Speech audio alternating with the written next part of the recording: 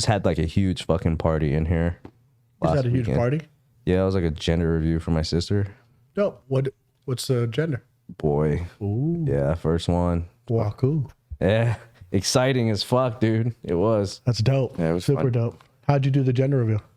Dude, fuck, it took us like a week to set everything up, but we just popped confetti and the powder shit in the fucking street right here.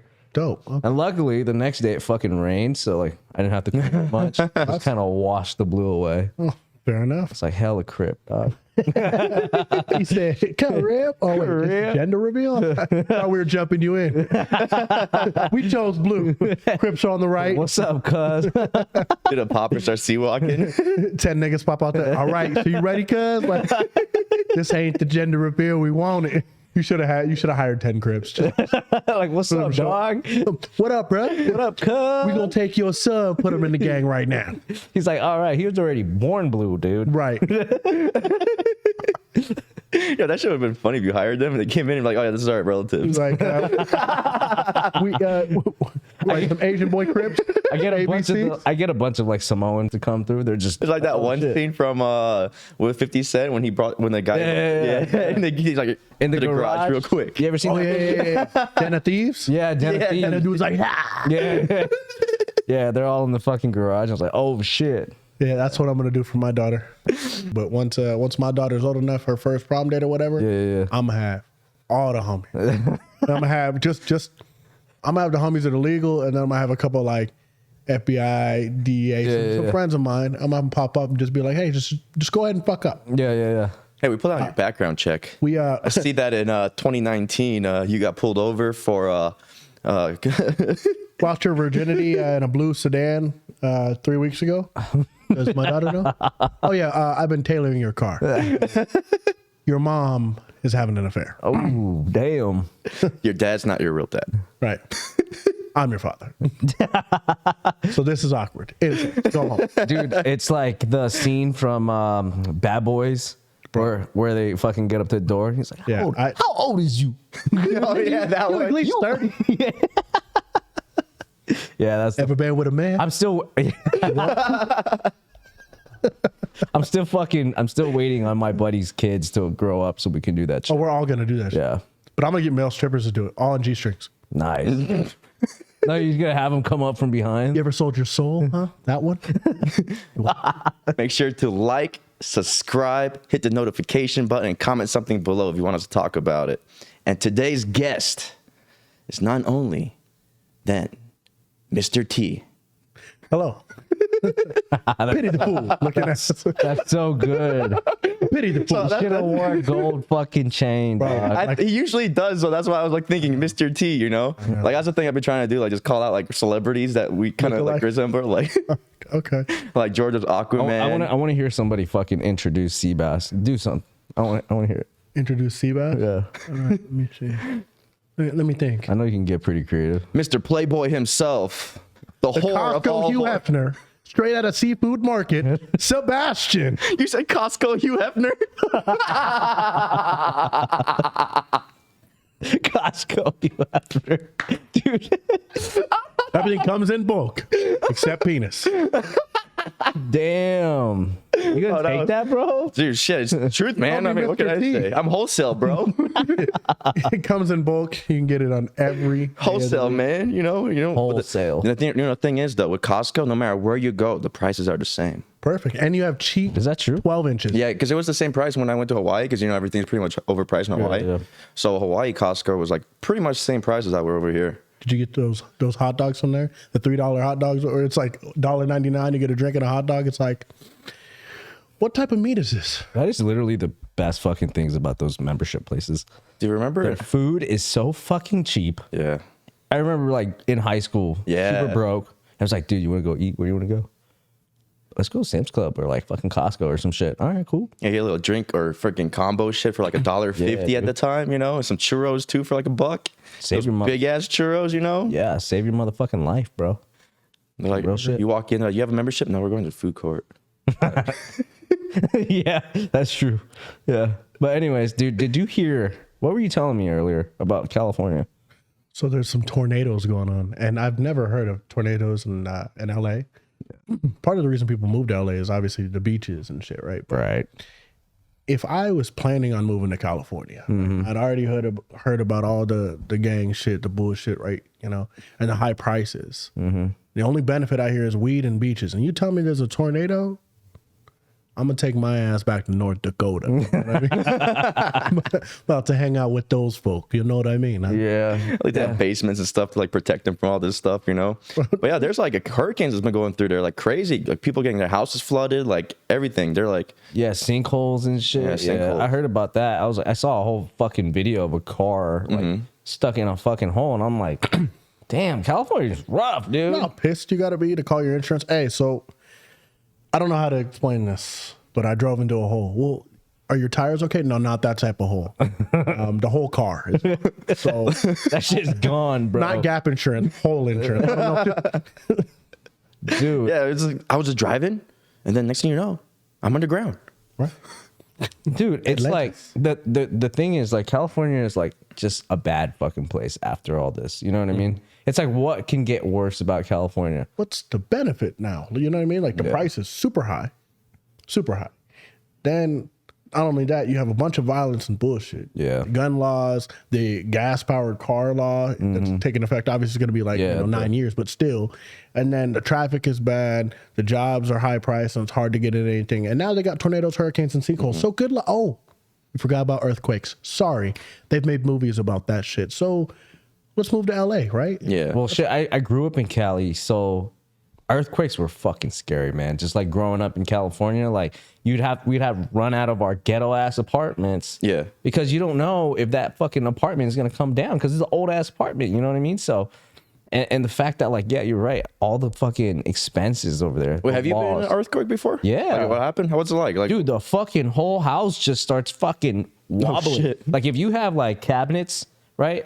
You'll see that bitch fucking wobbling, and then everything will come off of it. I used to hear about fucking kids in school getting squished by fucking like cabinets. Like you ever seen like when you buy IKEA furniture, they give you these fucking like little clamps that you're supposed to bolt into the walls and shit. If you don't clamp that shit to the wall, right, it's gonna come over, bro. Like especially in an earthquake, that's like what 4 or 5 rating.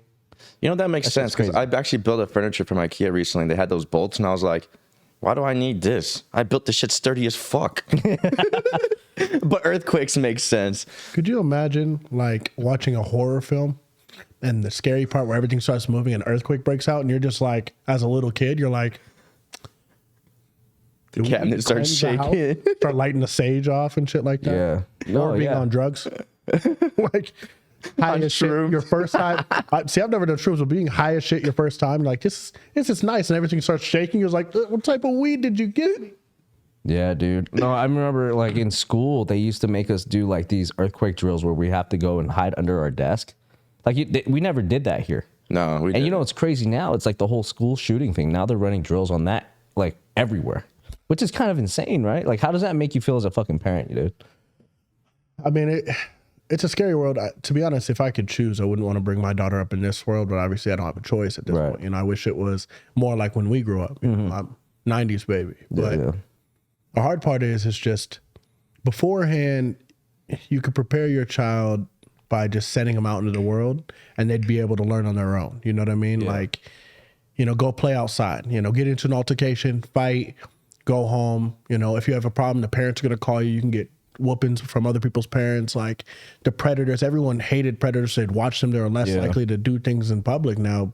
And the exposure as well, like social media for children is scary. You know what I mean? Like it gives anybody in the world, including predators, access to you. So it's like, if you don't shelter your child at this point, you can't truly prepare them for every scenario now. And it's scary because as a parent, my only job at the end of the day is to make sure that my daughter and hopefully future children are prepared for this world when I leave. And at this point, am I truly prepared for everything that's going on? You know what I mean? Am I in the place to where I can say, okay, well, if this is to happen, this is how you go about it.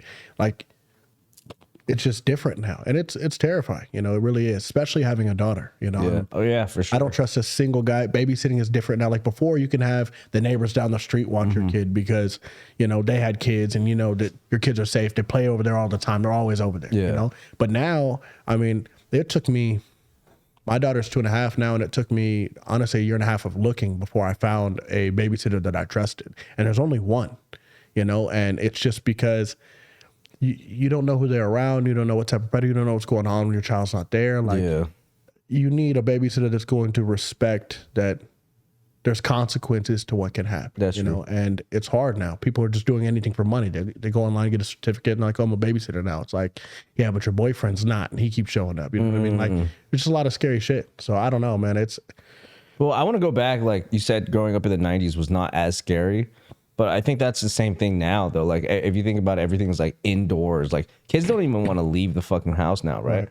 Like, everything's iPad, computer, fucking YouTube, or whatever the fuck. So I don't know. I think every generation has its consequences and like things that they have to like be afraid of. I get the fact that like even now, like when you go out and you're driving and you see fucking kids riding a bike or something, you're like, that's fucking weird, bro. Right. But at the same time, you're like, that's dope. I'm glad they're doing that shit. But it's like, it's weird. It's not something that we're used to seeing anymore. Like, I remember when we were growing up, me and Seabass, because we've known each other since like fucking 6th grade, bro. Long ass time. Long ass fucking time. So we used to ride our bikes and skate and scooter and do whatever the fuck and just go. Like, you know, our parents wouldn't see us until fucking the lights came on outside, you know what I mean? And then we'd have to be home. Yeah, we would like bike everywhere. We would really bike to Chinatown from here because we lived in this area for the most part. Nothing out here, bro. Desert. Yeah, it was like literally like from this, what's this road right here? It don't matter. We don't know. Anyway, from like this road right here, it was nothing but dirt. So we would go out in the desert and literally just airsoft each other and shit and try to chase like jackrabbits and shit. Yeah. And climb on the dirt hills and all that. And now it's like freaking Albertsons and Smiths and shit like that. I shot him in the ass with a BB gun. Dude, I remember I was running away. He's like, I'm going to shoot you. I'm like, no, don't shoot me. And I started dipping and I fucking hit a pole. I think I hit a pole and tripped and he shot me. As soon as you fell, huh? Yeah. I shot him in the ass with a metal BB gun. Yeah, it was. Ow. Yeah. But back then we had those freaking military pants. You know, like I grabbed it from my grandpa, so I would wear his military pants. So they're like pretty thick, but that still fucking left a welt. Do you think that's why as 90s kids, and obviously, you know, 80s and 70s, I'm sure are included, but don't you think because of 90s kids, we had the best of both worlds? Like we saw technology try to advance, you know. 100%. I had T9 texting until high school, you know. This generation doesn't know T9 anymore. You know what I mean? Like, I used to one-handed that Razor flip phone under the desk, and I knew what I was pressing. Yeah. You don't have to look at that. I know where, you know, I just put stop. I can still fucking do it. Bro, right? But problem is now is touchscreen. You can't feel which button That's is true. on. That's true. But we were creative enough to where when we were young, we'd have imaginary situations. You know, play Army, you know, play House, or we play Doctor or whatever. We'd still create games, right? Out of nothing. And then we played Heads Up, 7-Up in school. And then, you know what I mean? We had that type of genre. You know where everybody was in the neighborhood because the bikes were in the front yard. That's true. You know what I mean? Like, everyone, when the new Call of Duty came out, we're all at the same house playing the same game, watching the same shit, you know? And then we weren't playing online with each other. Like, we would set up Xboxes or PlayStations at the same house, or Nintendo 64s or Sega Genesis. We'd set it up at the same house. We'd have, you know, LAN parties to where the sleepovers were different. Yeah, like, you're right. As kids, sleepovers were like not. There was no. I don't mean to cut you off, but there was no such thing as online gaming. You'd have to go over to your friend's house. Yeah. Halo. Yeah. Oh, Halo, dude, bro. 1, 2, and 3. 3 was the best. You know what I mean? But like, Do I remember Halo? damn, we would have fucking hung out. Yeah, dude, for real. that was all. I used to skateboard and shit. Like, we play all these types of games growing up, and That's true. Tag, and our tag was creative, hide and seek tag. We played throughout the whole neighborhood, and it's like you had to be home when the street lights came on. It got dark. You know, we'd have to call. Like, if you had a phone, it was only to call your parents to check in every 2 hours. Hey, I'm safe. I'm not dead. Nobody kidnapped me. You know, all right, be home before the street lights. And after school, it's literally on the way over. Hey, mom, I'm going to stop at so-and-so's house. I'll be there for a little while. That's or true. if they can't find you, they know which parent to call. Like, it was way different. Now it's like, your kid's over here and they're being destructive, so you're going to have to come get them. It's like, and yeah, back then it's also built. I feel like it built more character with the kids and stuff as we were growing up. You know, like it made I it remember. harder. Yeah, exactly. 'Cause I remember my neighbor and I. We lived in a little cul-de-sac, but we'll go out like after school. We'll come back home. Always meet out in front of the houses and we'll just hang out and we'll play this one game. So we, you know, the brick walls that used to barricade the barrier between the two houses. You had to put your dick in it. Yeah, you had to put your dick in it. No, I'm just kidding. Yeah. So we basically played He intense. said, "Wait, what?" What neighborhood did you? It was on the corner of Gay Street and Right. no, but so we would play like an intense version of chicken. So we'd go on top of those pillars, like 3-4 feet, right? And we'll try and literally throw the person off, and it's like a 3-4 foot fall, right? Yeah. So I remember one time we were like wrestling, and I fucking swooped his leg, and he fell on his rib right on the fucking brick wall. Yeah. But then, you know, we didn't go snitch on our like parents, like, oh, we just fucking just took it. We're like, Yeah. you know, good game, you know, let's go again. Right. Yeah, exactly. It's like, you know? oh, I just fell. You know. Yeah. Or like even I'll just come outside. Back then I used to rollerblade. He'll just come up and I'm like, yo, what's up? He just shove me on the ground. I'm like, yo, what the fuck? Yeah, but like that's how we grew up. Yeah. Think about, I mean, our shins were conditioned from metal spikes on mongoose bikes. You know what I mean? Oh, yeah. Like, Scooters. Now it's plastic. Is that what you're saying? yeah. Well, and then like if you had a friend, you wouldn't need a mongoose. I got the pegs on the back. You hop on. We go to the store. You know what I Yeah. mean? We got between each other $2.50. We can get a Slim Jim, pack of noodles, and come back to the house. You know, whatever. Like it was different. You know, just shit like that. Creative games, playing tag, and a kid falls, breaks his arms. Like, what happened to Jimmy? Like, I don't know. I just fell. Jimmy fell. Yeah, it's kind of crazy how like the whole transition is. Now it's like, all right, I don't know if you remember, but remember seeing your very first like girls taking pictures of themselves nude and sending it to a boyfriend, and it would like, All pixelated? yeah. But I'm saying like it would go through like all the guys in high school because you the T9 texting, right? And everybody be like, yo, send that shit to me. Send that shit to me. Right. Now girls are like putting themselves on fucking OnlyFans, right? Yeah. So do you remember the very first time that shit like actually happened was like getting a fucking nude leaked? Yeah. That was like terrifying. And now girls are just doing it. And it was one of those $5 things where like even the girls were like this, like, I don't want to say dishonored. I want to say dishonored, but they're like, you know, like, what the fuck? Oh, my nude leaked out? Yeah. No, yeah, like, it was I get what like, you're saying. Like they were embarrassed. yeah, they were Like embarrassed ashamed. about it. Yeah, ashamed about like, what? Oh no. I mean, you couldn't really tell the body because it was fucking pixelated as fuck. You know, it was like, But it was different though. Our eyes were different. We would see that shit clearly. you're like, oh, damn, those are some nice ass titties. But you like know? if you were to show it to like a youngin now, they'd be like, what the fuck is that? You Is know what I mean? this Grand Theft Auto 1? Dude. That's a good one. But yeah, nowadays it's like girls are just doing it for like to make money. And it's like it's almost as if they're trying to sell their soul. Like, what kind of society do we live in where it's like almost promoted? You know? Yeah. Like Yeah. you're basically an internet whore, like legit internet prostitute. You know? Back then, prostitutes were like looked down against. You know? I think it still is. I think the internet is just making it like it's like changing it into something else. Like it's finally giving like a voice to the sex workers of like, hey, it's okay to be a fucking whore. But really, you know, don't you think that kind of degrades our society in a way? I think it degrades and devalues. I mean, don't get me wrong. Do what you want to do. Like I don't have anything against it, but I'm just saying like. It's like I get like, all right, cool.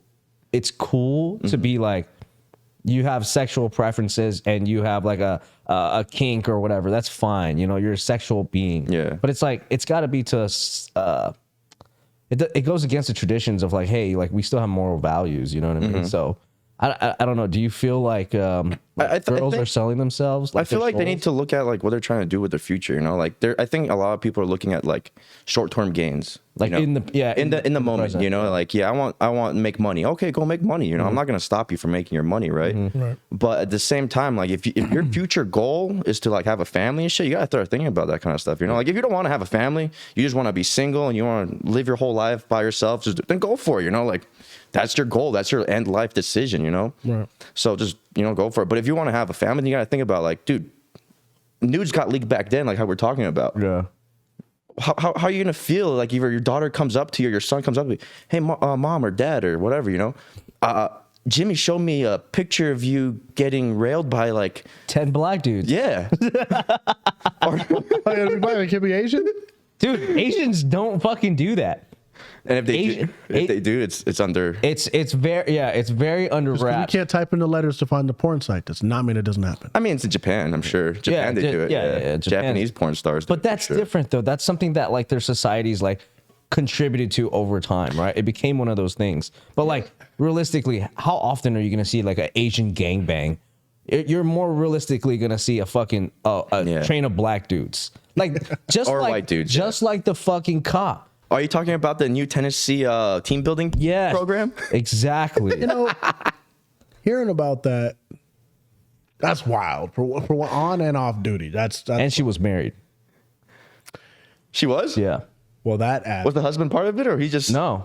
He's not part of it. Well, he's not a cop, so what's he gonna do? Like, hey, stop it! Like, what are you gonna do? Exactly. She wears my handcuffs on Wednesdays. So, like, I don't know. Like, say, okay, so with both scenarios, the hard part with OnlyFans is obviously I don't necessarily promote sex work for everybody. I mean, I'm in the industry, you know, I dance, but ultimately, like, there's consequence to every action, right? So I knew when I became a dancer that I was going to have to tell my family, hey, there's a possibility you're going to see me on the internet, right? But I'm not going to expose myself in ways that are going to shame me later. And that was a big, big thing for me, you know? So I'm okay with what's out there now because it's me dancing. But I started in OnlyFans last year, and one of my rules was I won't expose myself, right? I won't show dick. And everyone's like, well, you're not going to make much money. And I didn't.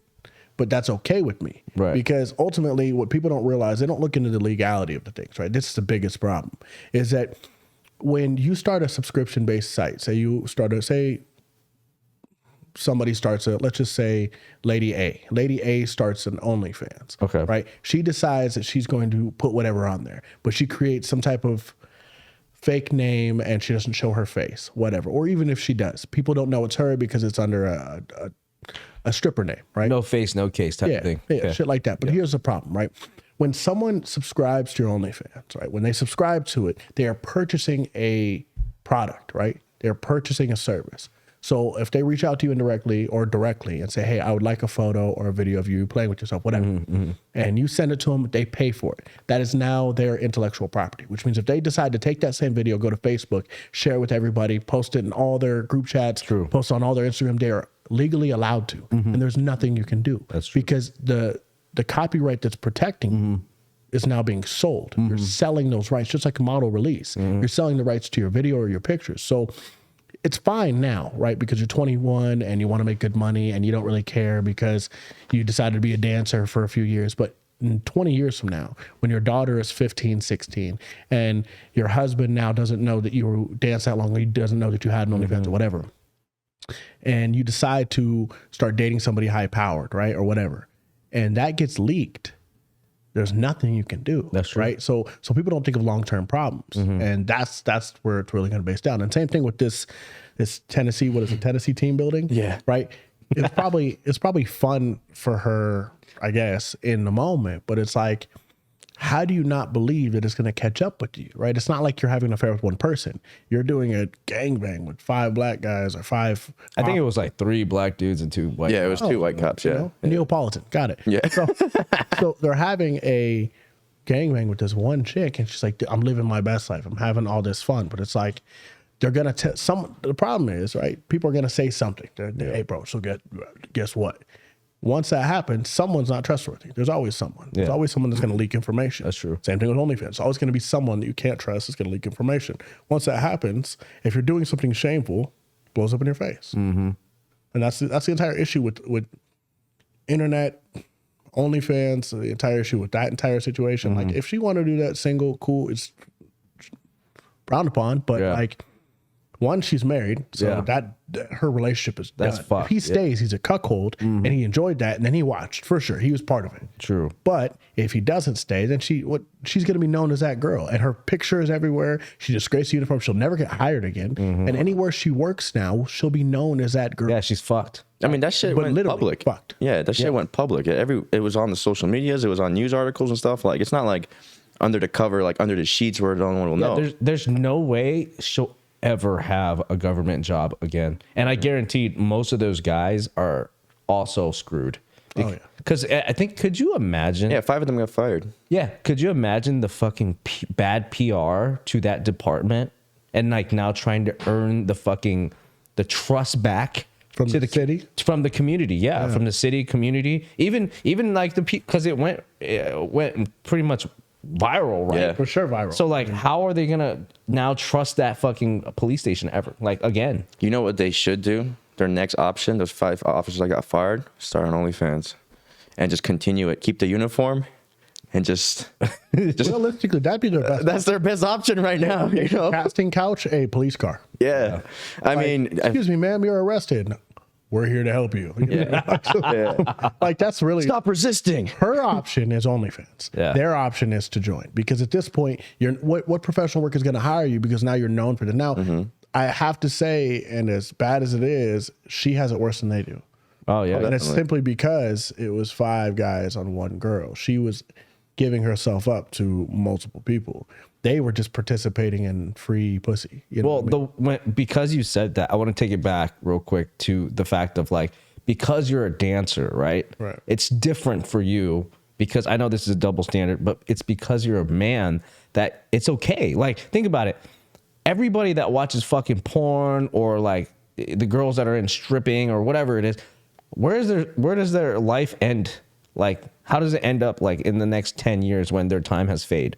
They didn't build a skill. They didn't do anything. There's nothing they can really do. I mean, we see it with all the porn stars that are coming out, recently. Like, oh, I wish I never done this, blah, blah, like now I can't get married. I can't find someone or whatever the situation is. Mia Khalifa, I think Lena, whatever. Lana Rose. Yeah, Lana Rose. Like, they're all coming out and they're crying on fucking social media about it, And it's like. Well, and that's what I'm saying. The double standard of you being a male that is in that world, right? In that industry. It's okay for you. Like, let's be honest. No one's going to say like, oh, it's bad. Like, oh, I'll do whatever. No, because let's take it back to red pill real quick, right? Like, as a man, we have to work so much more harder to get vagina, like to get girls. Right.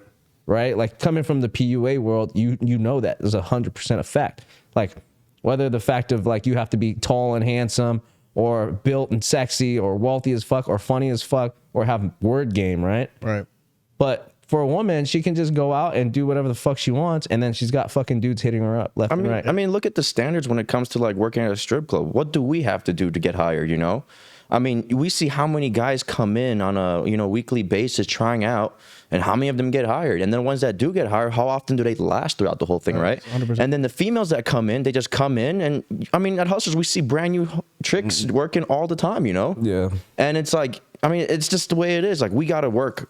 We got to work out. We got to make sure we're healthy. I mean, in shape, which comes to our diet, our fitness, right? Then it comes to our game on top of that, which is something you have to develop. You're just not naturally born with game for the most part.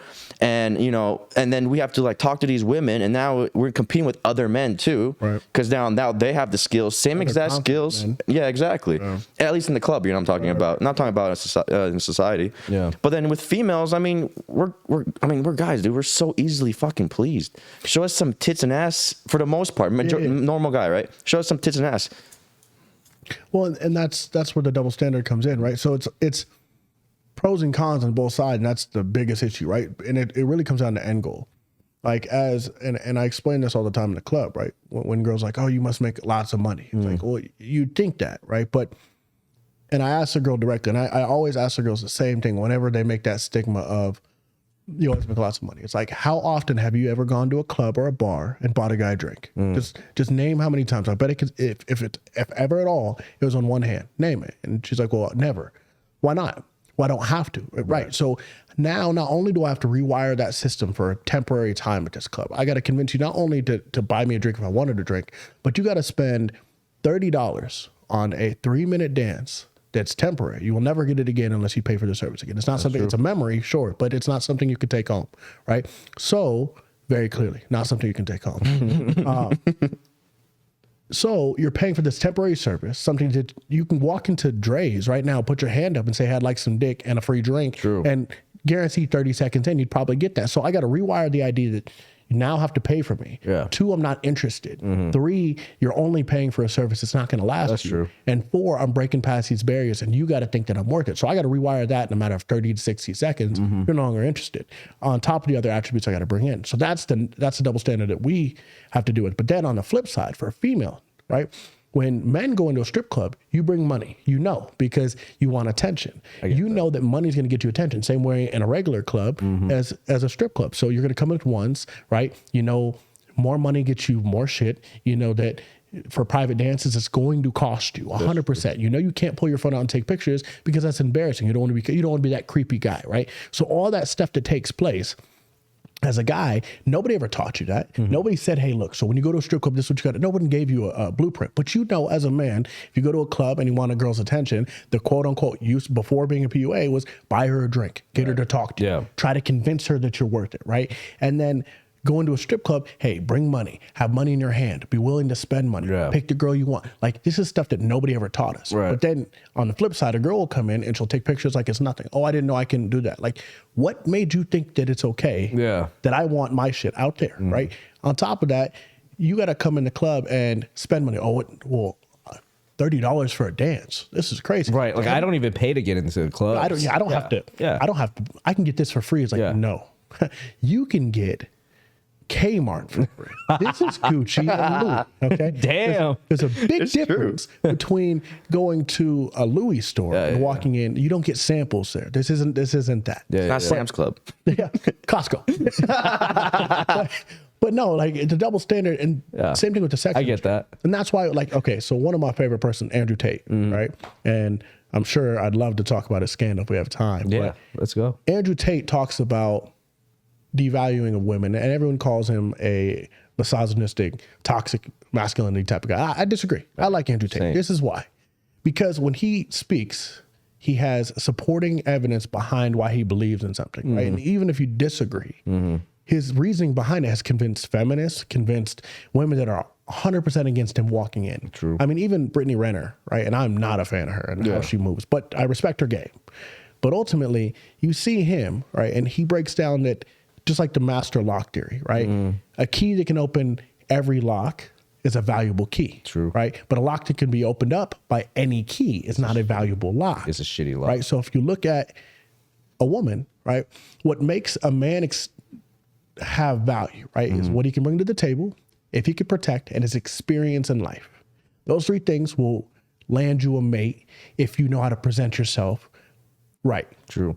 As a woman, you need to be less obtainable, right? You need to be very selective on who you're with and your past, as well as how well you add to the man, right? And that's unfortunate, right? Because then it creates this housewife era, which is, I feel like, what we're on, right? It's okay to be on OnlyFans because you're a trophy wife, or it's okay to be a basketball wife because the game plan is to land somebody rich and never have to work in a day in your life. And that's a terrible output, right? Because before, women were to bring value, not to be a man's aid. They're partners, right? 50-50. They're supposed to be there together on the idea that a woman will make a man better, a man will make a woman better. But when a woman brings too much experience into it, she either plays the male roles or the man devalues her based on the idea that he's not the only one that can get there, right? So why would he want this item, and not to say a woman's an item, but why would a man want a beer that everybody's drank? He wants something new,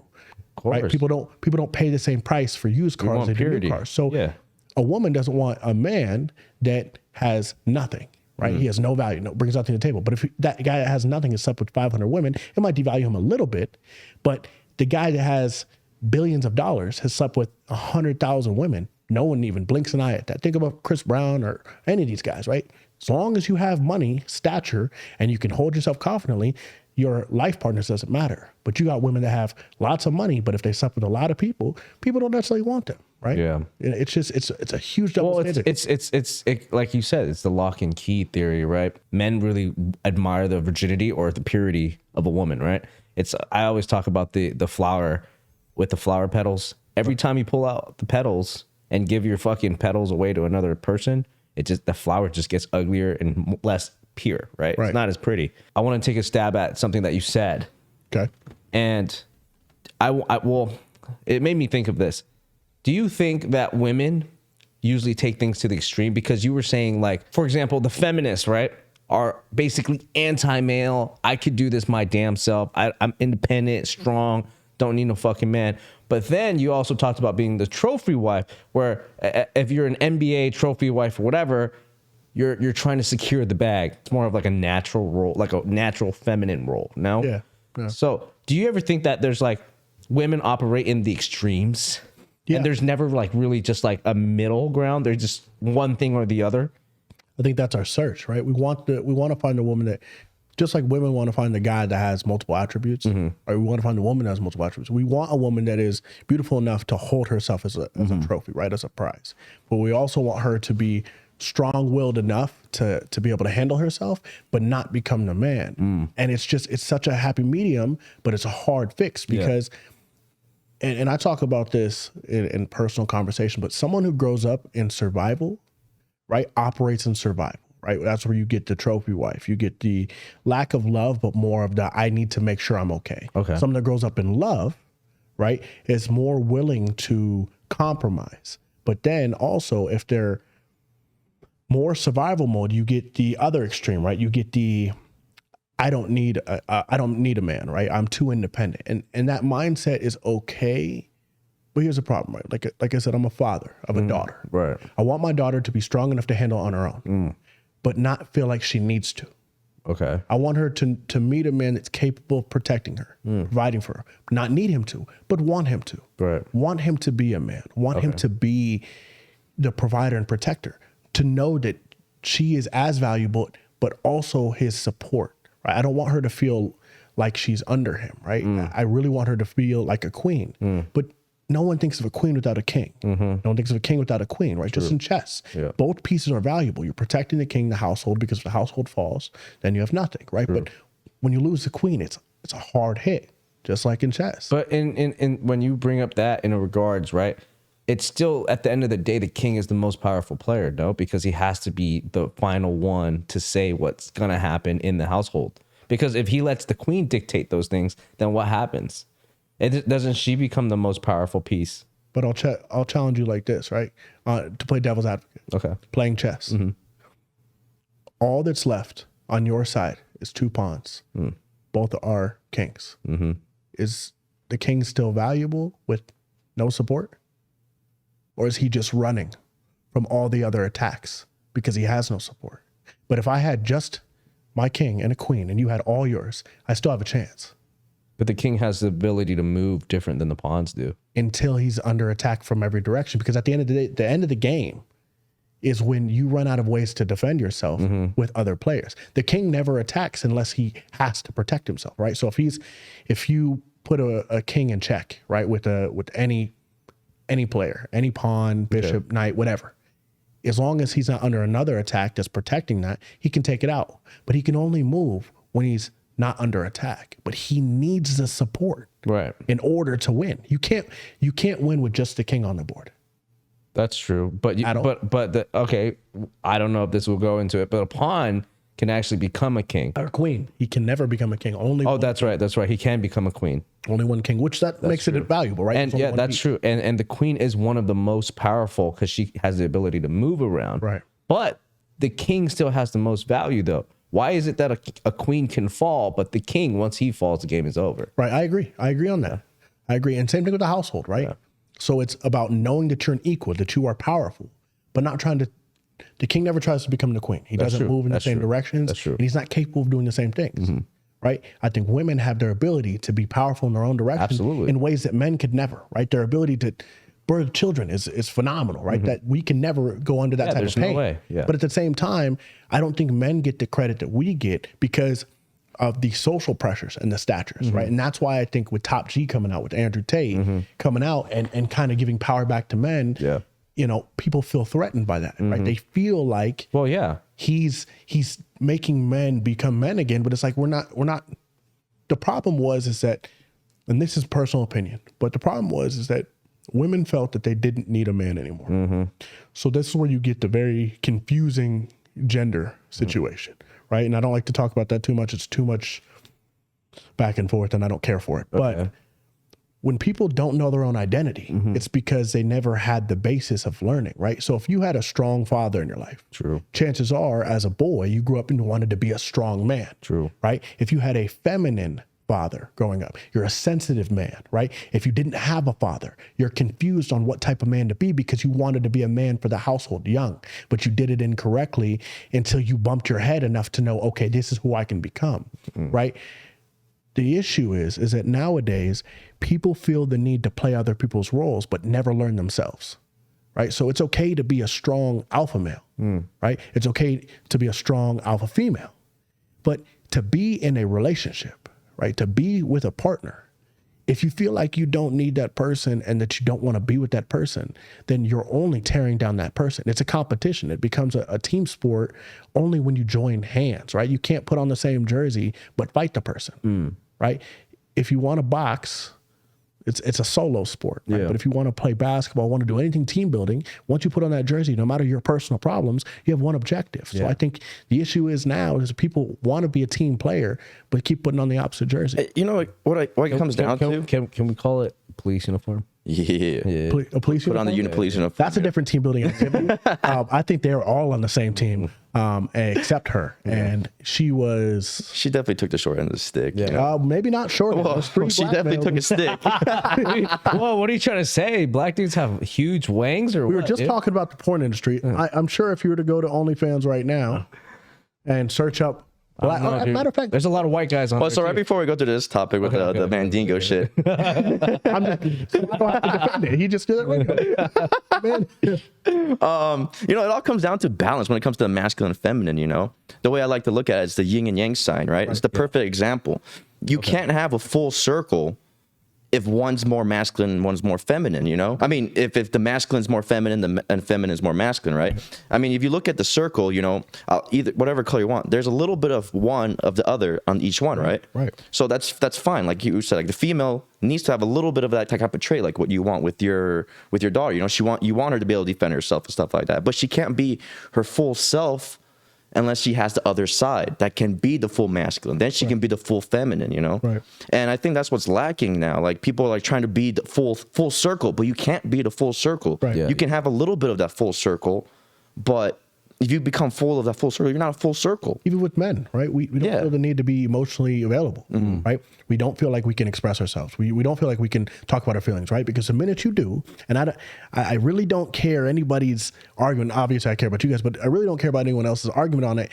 Once a man exposes himself to crying from a woman, she looks at him differently. Oh, right? yeah. And that, sure. and I can tell you firsthand. I'm not a sensitive person, right? I'm really not that emotional. I'm more of a logical thinker, but I do have emotion. I do have feelings, and certain things will make me cry, you know, loved ones, emotional things, and even some movies, right?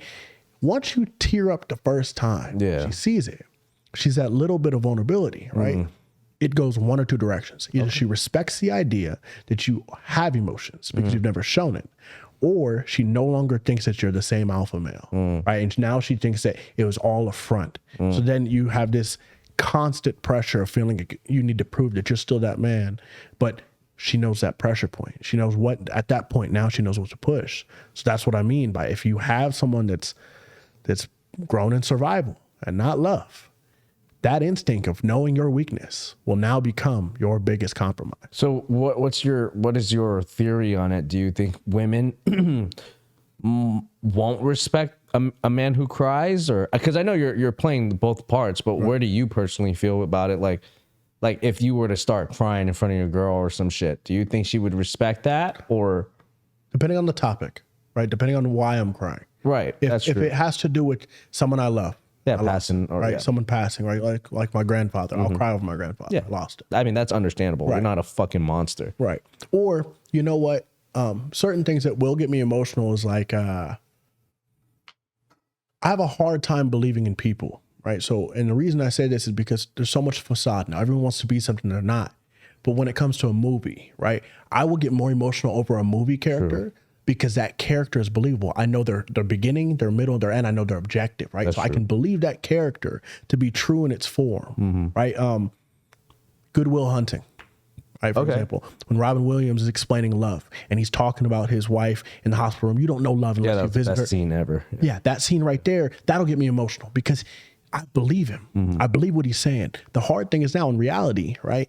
The most alpha males could be closet gay, right? The most beta males could be this monster that has done all these things on different parts of the world, but you don't know because they're afraid to expose themselves because there's enemies, right? So many people are playing different skins and have different masks that if you think emotionally behind people, you don't really know. So to answer your original question, I really think it becomes the topic, right? If I was to just cry because we're in an argument and, you know, I'm mad about something she said or something hurt my feelings, 100% she would look at me. 100%. Yeah. There's no chance in the world I hurt your feelings. But that's when you start hearing girls get real mean. Yeah. You know, they start dropping the F word. Like, you fucking, you know what I mean? Yeah. Why are you being a fucking puss boy? Puss. You know what I mean? Yeah. Yeah, so, yeah.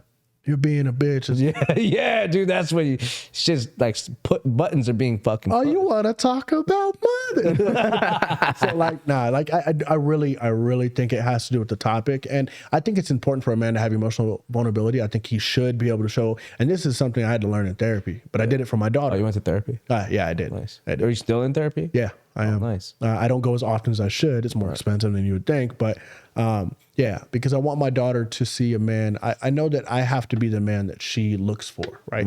If she decides to go for men. That's true. This world, I don't know. But Well, they do say the daughters end up dating guys that are like their fathers, and same vice versa with men and their moms. which is important, why I need to, one, be able to show emotional vulnerability, to show her that feelings are still there. Yeah. I just only show them for important things. But also to know how to express myself and express my feelings. Look, you made me angry and what you said hurt my feelings. And I hate that phrase, hurt my feelings. So I don't have many feelings. I feel based on what I can see with feelings. And I heard a therapist say this, feelings aren't real.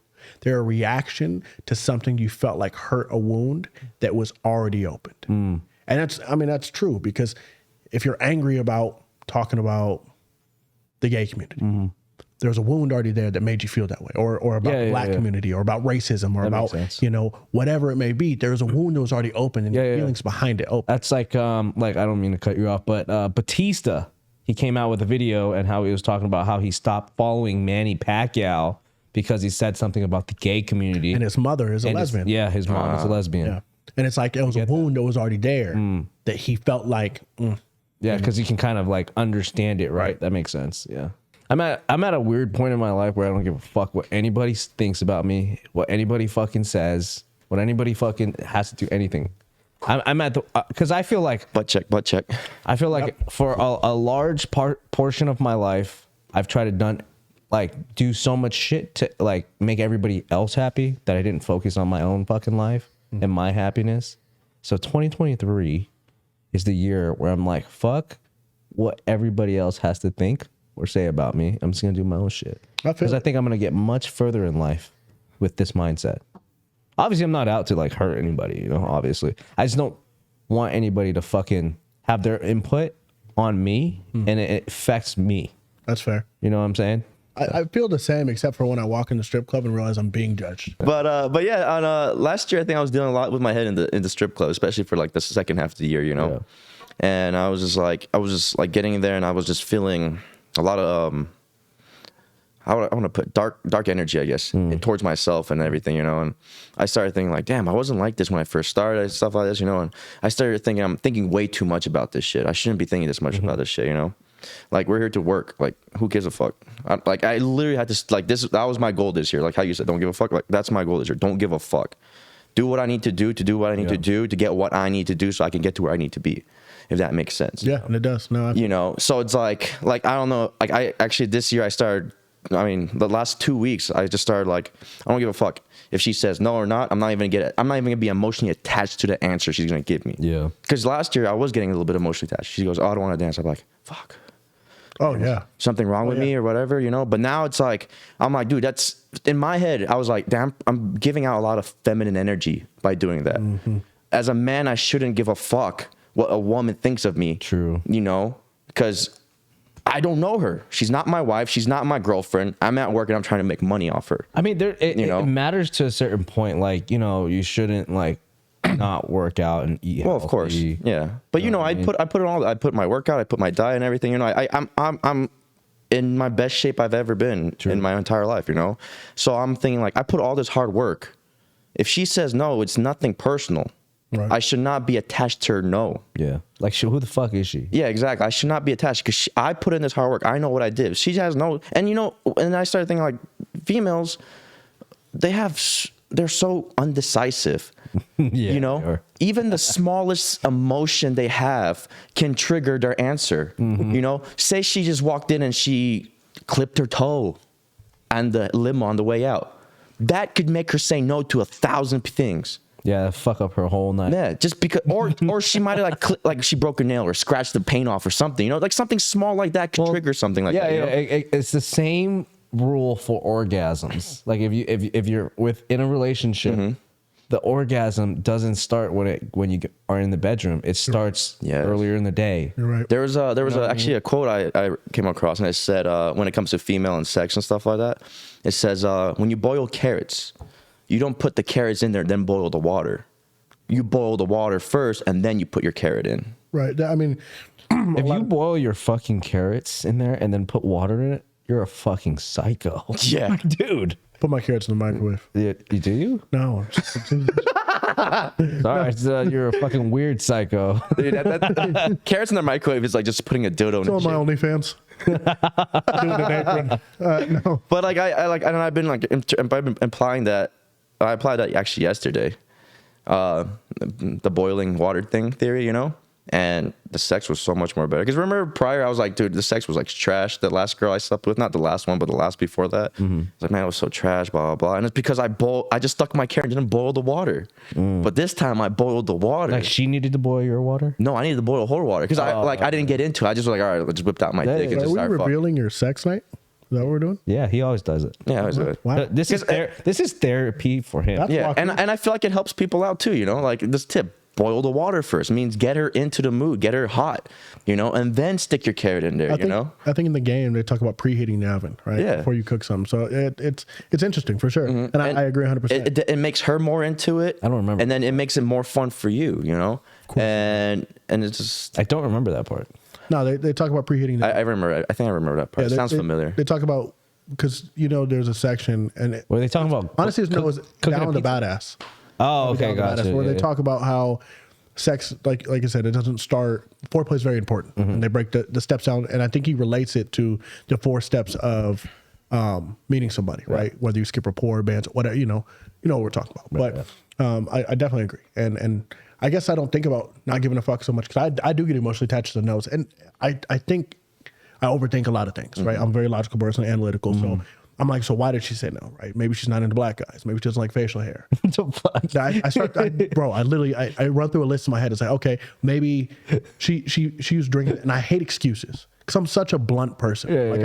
I can care less if you like me. Just tell me now, so because I hate wasted time. Yeah. So if I come up to you, hey, would you like a dance? Oh no, I want to drink a little bit first. Do you drink before you have sex?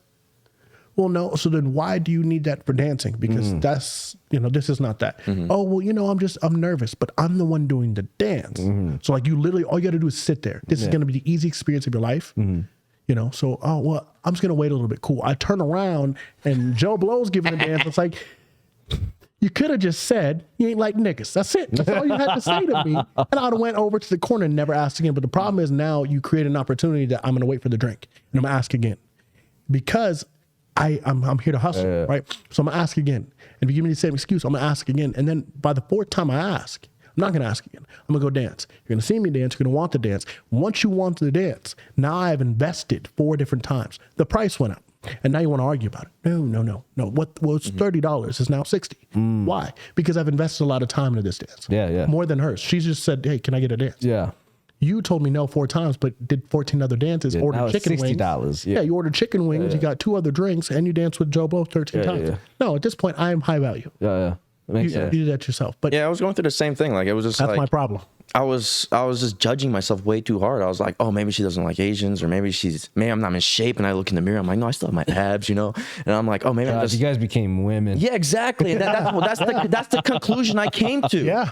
Yeah. And because I did a lot of like because it's a slow season right now. Work slow, real estate slow. So I had a lot of time to think about shit. Yeah. And I was just recollecting the last year and my thought process, how a year went. I had a lot of fun last year, don't get me wrong. It was a blast. But then there was a lot of psychological stuff that I was going through. Yeah. And then I was like, all right, this year, basically my goal this year is to become the best version of myself. And to do that, I cannot let people's emotions or answers affect my direction. And the same thing with this podcast, you know, I have to not give a fuck what I say, how I look or whatever, because this is my opinions. This is my shit. This is the experience that I gone through that made me develop who I am right now. So I should not give a fuck about hate comments, which I really don't give a fuck because I don't know you. It's for me, the club was a little different because it was in person. It was more like, no. Did you guys get hate comments? Oh yeah, all the time. It's hilarious. Haters all day, bro. It's actually hilarious. We laugh at I need to look at some of the hate comments from my last podcast. Yeah, you should check it out. Most of them are on Instagram. A lot of the hate comments are on Instagram, like the reels and stuff like that. Well, I'm gonna take this time to let you know I don't give a fuck, not a single fuck if you don't like me, at all. And yeah. In conclusion, but if you like us. Thank you. Yeah. Like, subscribe, follow Waku. If you don't like us, feel free to subscribe. Watch. We will talk more shit. If you don't like us, please talk shit in the comments. Please. Yeah. Savage or Mr. T, whatever you want to call me. That black guy. Doesn't okay. Hashtag fuck yourself. Hey, dude, there's multiple black guys on here. But I do want to ask you something, and I want your answer on it, okay? Perfect. I want to know, why is it that, I don't know if this is like a black person thing or like a cultural thing. Okay. But why is it that, like, I was driving the other day and I seen this dude come off the bus at a bus stop. Dude was looking raggedy, but his shoes were fresh as fuck. Why? Let me hit that. Why? Stretch.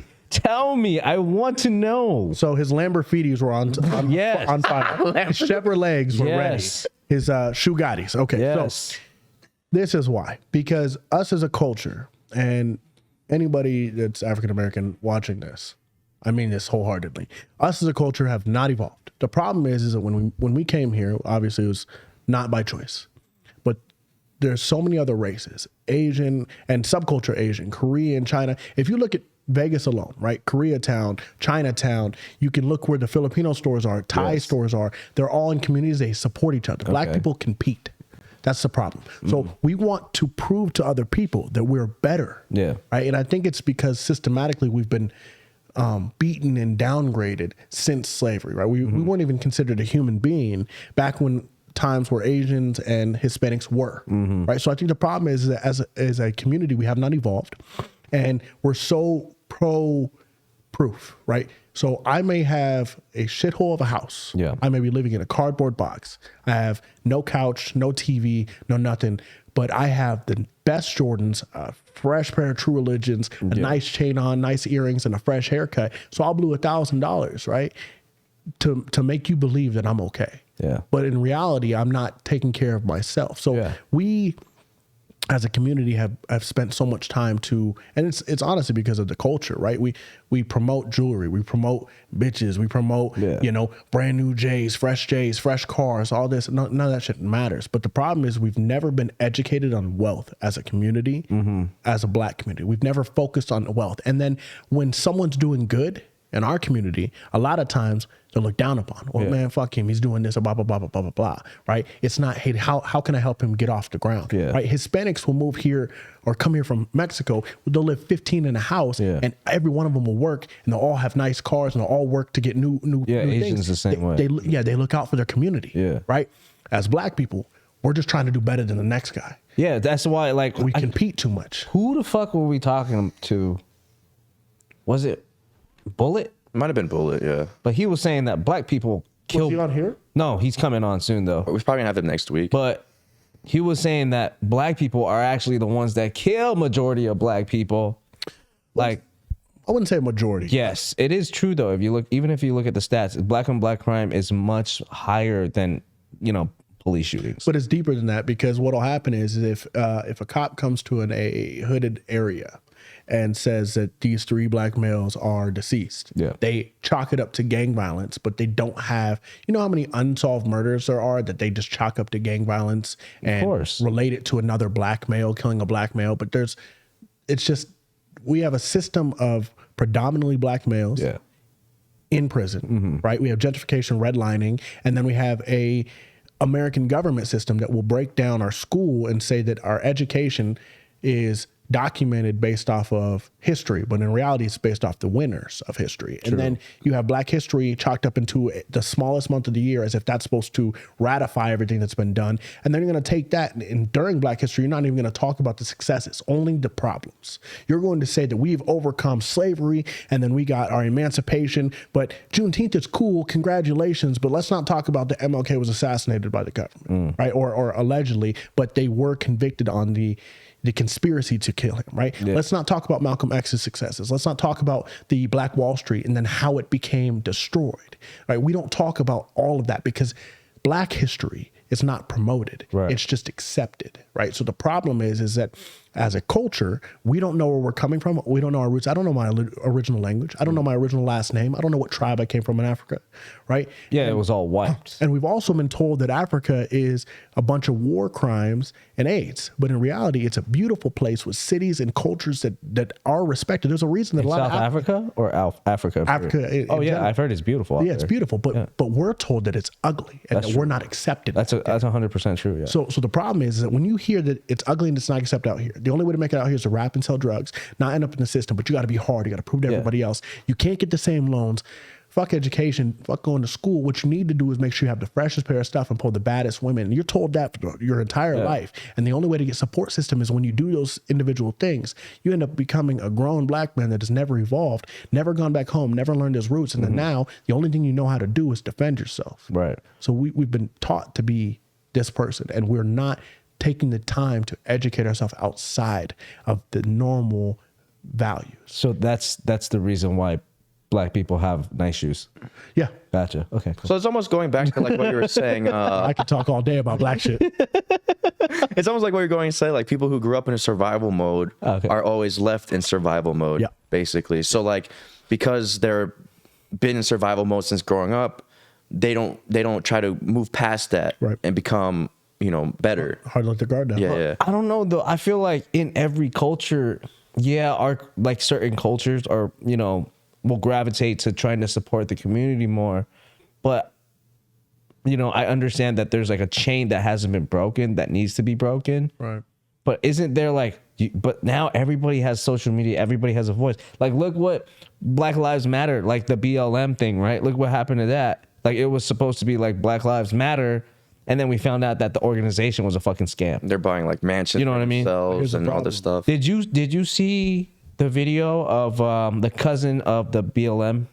What happened to him? He was on drugs and tweaking out, and But that's crazy. That goes down to another system problem, and we won't take too much time on that. Yeah. But ultimately, everybody that's been African American that spoke up has been silenced, right?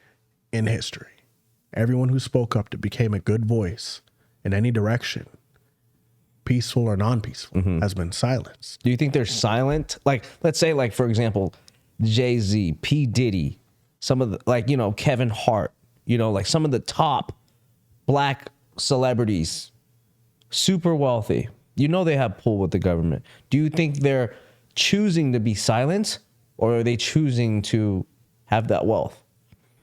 Even Dave Chappelle, he speaks up on a lot of stuff, and he hasn't been silent. You know what I'm saying? Here's the thing. So Dave Chappelle doesn't give a fuck, right? I really like Dave Chappelle, but he disappeared for a long time for a reason, because he didn't like society, right? Nipsey Hussle was an advocate. Yeah, gang violence. Love Nipsey. Silenced. I mean, he got murdered. Killed. Yeah, Malcolm X silenced. Yeah, I mean, Pop Smoke got a lot. Silenced. Yeah, right. Now, if you look at Nick Cannon is now supporting Dr. Sebi's message. Dr. Sebi, silenced, right? Dr. Sebi's message that Nipsey was trying to promote. Then all of a sudden he gets lupus. Now he has 13 baby mamas. Now he's brought up as this negative Black image. So anybody, like, again, it's there's a lot of control, right? And Top G talks about it. Once you have a voice and you don't follow the narrative, that's true. You get set up. I can see that. Silenced, killed. Right? I mean, it's happening to him right now. It's happening to him right now. So again, it's how you play the Matrix. It's what character you want to play and how dangerous you want to. What level of difficulty do you want? And that's really what it is. So the reason that Jay-Z and Kevin Hart and them are playing their roles is because that's they're choosing that pill. It's the blue pill. It's easier. Yeah. Right. You know what I mean? Because they're not as brave as Top G, because I mean Top G's going through it all right now. I won't say they're not as brave, because Jay-Z, their bravery lacks in different things, right? They're instead of supporting the entire race in ways that they could have, they're focusing on the ones that they care for, which there's nothing against that. But then you look at Akon, right? When was his last big album? Damn. Right, but Akon went and built 600 schools in Africa, 600,000 homes. Yeah. You know what I mean? Like Michael Blackson's going back there, Samuel L. Jackson's going back there building, and like they're doing a lot of big things. But where are they being talked about? You know what I mean? Like it's not. But I think that also plays into like they don't want to be in the spotlight though, or it just doesn't pertain to the message, like you're saying, right? Like in a way, but like also like think about it. I'm just trying to think about the reality of it, right? Like if Akon wanted to be in the fucking spotlight, he can still be on the spotlight. But when you're building 600 fucking schools and 600,000 houses, I don't think you have a time to fucking be in the spotlight. And what happens is like, what happens when you're not in the spotlight anymore? You're gone. You don't exist in this world. Yeah, he's got a different path that he's going down, right? So that's all I'm saying. Is like if he really wanted to be in the spotlight, he could be. Right. But what kind of humble human being would say, "Hey, I helped build this many schools. This is how many houses I developed for Africa." Like that doesn't make you a humble being. I think as a humble being, It's mostly the white politicians and the freaking white celebrities that try and promote it. Yeah. Like, oh, I just donate this much to Africa. I just donate this much to this. And like, they just do it for publicity, you know? Right. Majority of money doesn't actually go there. Yeah, like I could say, be honest. Like my family never talks about it, right? But then I started seeing checks that would come into the mail, and I'd be like, "What the fuck are these?" Right? Where's this company in fucking Thailand and Vietnam? Why are they sending you mail? Why are they asking for more money? Like, how much money did you send them? Is this a scam? What's going on? Like, oh no! Like every year we donate like 15 grand to help hospitals in Thailand and Vietnam get better fucking medical equipment because they've lost so many family members. But I've never heard my parents like say those things, right? I never knew my parents were donating that much money to a foreign country where they're from, right? Because it would be unhumble of them. Right. You know what I'm saying? They're not doing it for Yeah, they're not doing it for the clout, right? They're just doing it because they're like, this is coming out of like goodness and, karma. Right. Just because if I'm going to do something good, I expect, the universe to treat my family good, to take care of my kids. Because imagine if you were just a dirtbag and then you're like, oh, fuck, now you're playing victim on everything because you're just a piece of shit. Oh, why is this happening to my family? Why is this happening to me? Blah, blah, blah, blah. That's fair. Yeah. So I think that's why Akon isn't in the spotlight. That's fair. Right. I think he's just a nice guy. He's just a really good fucking dude. Mm-hmm. That's fair. Yeah. So what is a game? Okay, so I'm just gonna read you a question, and these could be answered in whatever light you want it to be. Okay. Okay, you can come at it serious, you can come at it funny, come at political, whatever the fuck. We just do this as a funny like little segment. Okay. Yeah, and then we each give our opinions on the question or our answers. So we'll go you first, and then it goes Sebastian, then me, and then we'll go around again the other way. Cool. So, should sex education be banned for students under 10 years old? Ooh, that is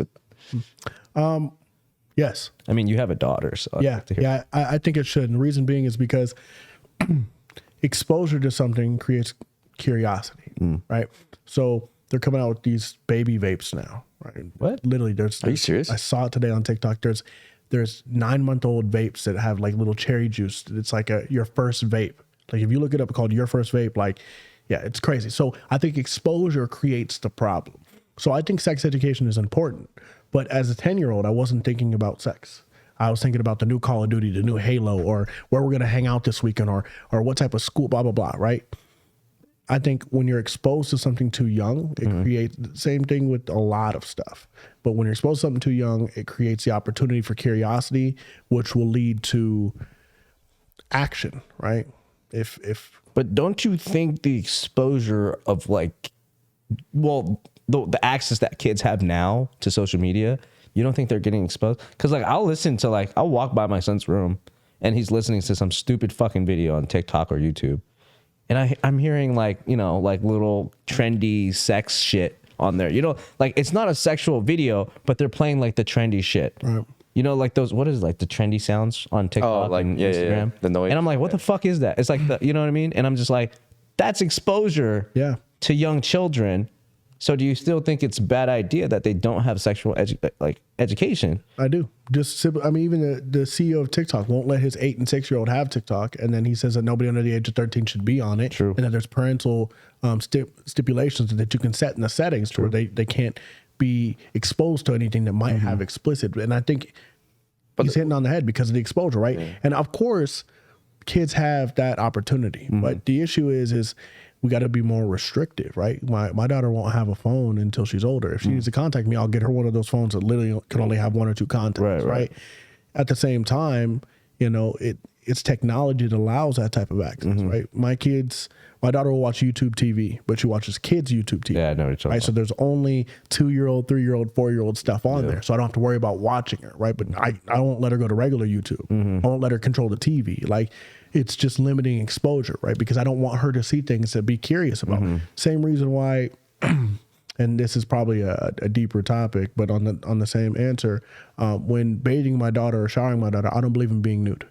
I'll wear swim trunks or I'll wear underwear. Yeah, I don't expose her to my private parts ever. Not since she was born, never. Because I don't want her to be curious about it. And again, I don't want her to see it until she's older. And then I can explain and understand, like, not myself, but clearly, like, in the idea, I don't want her to see porn. I don't want her to see any private parts, anything, any type of... Try to keep her as innocent as possible. Yeah, and that's, if I'm able to cover myself up as her father, I'm her dad. Right. And obviously I'm... Well, I get that. You know what I mean? So I think exposure on any level, sex education is exposure. It creates curiosity. Well, it's also different. Like, for me, I have a son, right? Right.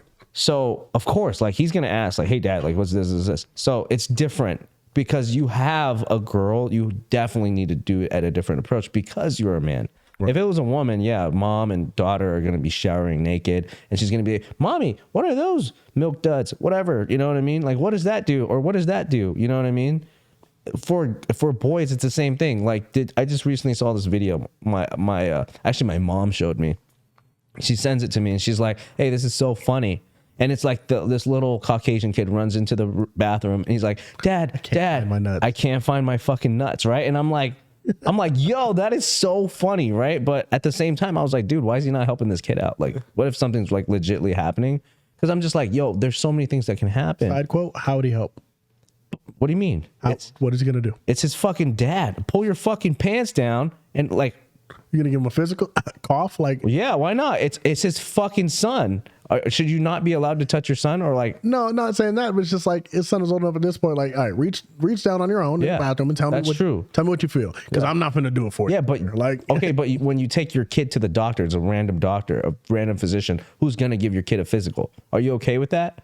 Sure. Yeah. As long as they're professional. Right. So as a parent, don't you think you have the ability to just be like, hey, look, like, let me see what's going on. Like, move your shit to the side real quick. You don't think that should happen? True. He probably shouldn't have, I mean, it's funny. He probably shouldn't have recorded it. Probably should have handled it. Make sure it wasn't a problem first. That's true. Yeah. But nowadays it's about exposure. Yeah. But see, like, if it were me, I wouldn't be recording that shit. You'd just be like, I'd be like, yo, like, you're good. They're just in your stomach, bro. It happens when you fall. Like, did you fall? Like, nah, my kid will say shit like that to me. He'll be like, Dad, like, I can't find my nuts. Are they still, like, they're inside of me or what? And I'm like, dude, you haven't been to puberty yet. You're like, you're good, bro. Still good. But again, curiosity comes at stages, right? I'm sure you remember the first time when you're like, woke up with a Woody, right? And as a kid, it doesn't happen your whole life. Like, everyone has this idea that as boys, when we're 4 years old, like, no. Like, when puberty starts setting, your testosterone starts to kick in. Actually, you can start getting hard right off birth. Really? Yeah. Actually, in the womb. In the womb, you can already start getting hard. They have research studies that show that little fetuses actually masturbate inside the womb. Yeah. Because I even remember in elementary school, I'll be sitting in front of the desk and I'll pop a Woody and I'll be like, what the fuck's going on? Yeah. Like, I'll be like, fetuses can masturbate? We're going to just skip past that? What the fuck do you mean? Yeah, dude. Imagine watching an ultrasound and your son's like, sorry, Dad. How do you think they fucking caught that research? Yeah, because it went back to human sexual evolution, right? And human sexual behaviors. And they found that fetuses were already self-touching in the womb. That's interesting. Dude, all right. I'll tell you a story off topic later, but yeah, it's crazy. Okay, yeah, I'm okay. Oh, what about you? What do you do? Sexual education. Before the age of 10, right? So I don't have a kid, so I can't really like speak from personal experience. But if I was to have, but let's say, like, put yourself in a position where you have your. So I do agree with Savage. Don't call me that California douche. Love you, Dylan. I do agree with Savage that you shouldn't expose them to that. But then there's also the thing where, like, you know, you can take all your precautions to not expose them to that as a parent, but then there's other parents out there that don't take the same precautions. Fair. So he's going to school, his friends are gonna be like, yo, did you see this? Look at this, you know, and then he's already getting exposed to it. So I think it's by case scenario, you know. If you know that he's at the age where he's already getting exposed to it from his friends and stuff, I don't think it should be the school's responsibility. I don't think it should be the school's responsibility to teach sex education at that age. I think it's parents, yeah. It should be the parents' responsibility to teach sex education at that age. Because I personally don't think school should teach anything until sex related to probably maybe like middle school, mid-middle school, you know, because that's where they're kind of starting to get a little bit more exposed to that type of shit. They're starting to hit puberty and all that stuff, you know. But if they're getting exposed to it at a younger age, I think that's the parents' responsibility to, you know, teach them about sex education and stuff like that. And it might be awkward, I don't know, but I think you just gotta nut up and fucking do it. Cool. So my answer on this is I don't think that they should do it under 10, but I think it should be right around the age of 10 and 12. Because that's when most kids are starting to go through puberty. They're getting curious. How the fuck are you gonna explain sex to a fucking 4-year-old? That doesn't make sense. Right? All you can really say is like, this is a pee-pee.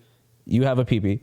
Or, hey, you have a little flower. That's it. I don't know. I don't have a girl, so I don't know what you guys call it. But I'm just like, yeah, you have a bolto, because that's what he calls it. Right? Right. It's like, oh, Dad, oh, my bolto. Okay, cool. That's it. If you made it this far, I want to say thank you. You're part of the Waku family. Make sure to hit the notification button, follow, and comment something below. If you hate us, comment it. And don't forget to like and subscribe. Follow us on TikTok. Follow us on YouTube. Follow us on Instagram. If you want to follow, it's AskMrSavage on Instagram and TikTok. If you want to talk some shit, AskMrSavage on Instagram. DM me, fuck yourself, and I will gladly talk to you about it. Nah, I probably won't respond, but I'd love to see your hate comments. Great show. Follow, subscribe.